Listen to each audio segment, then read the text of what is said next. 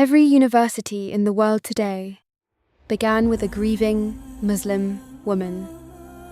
Around the year 800 CE, a girl was born in Cairo, Tunisia, a city of scholars, minarets, and ink.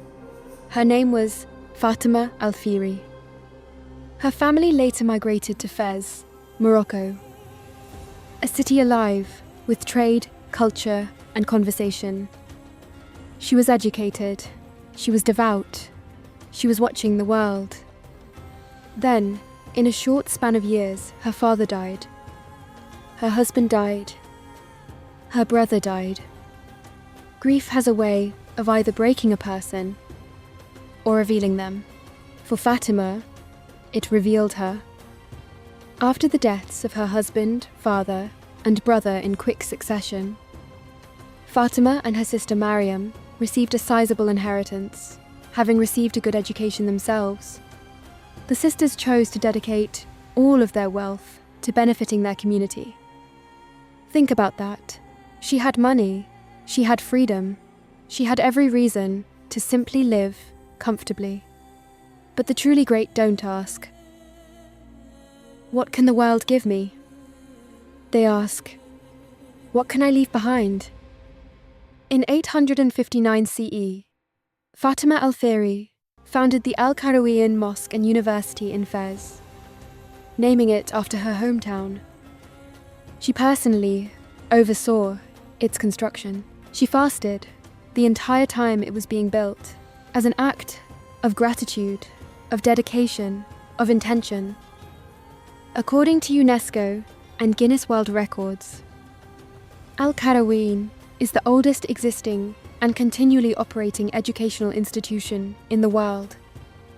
It started with Quran and grammar.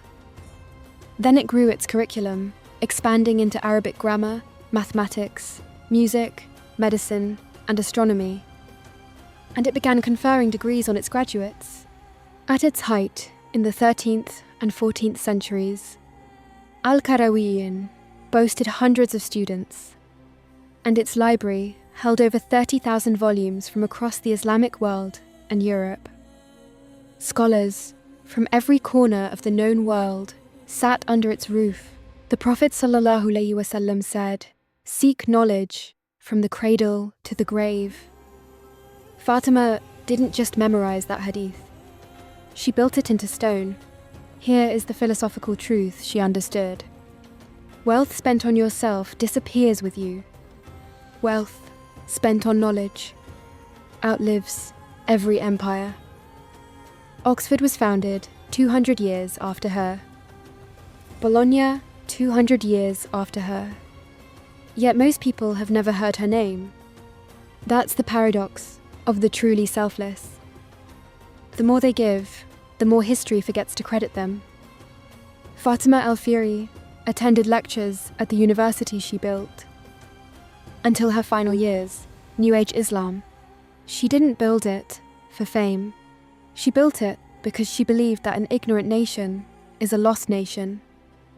Every student who ever sat in a lecture hall, received a degree, or read a book in a university library is, in some way, living inside her vision. A woman's grief became the world's greatest gift.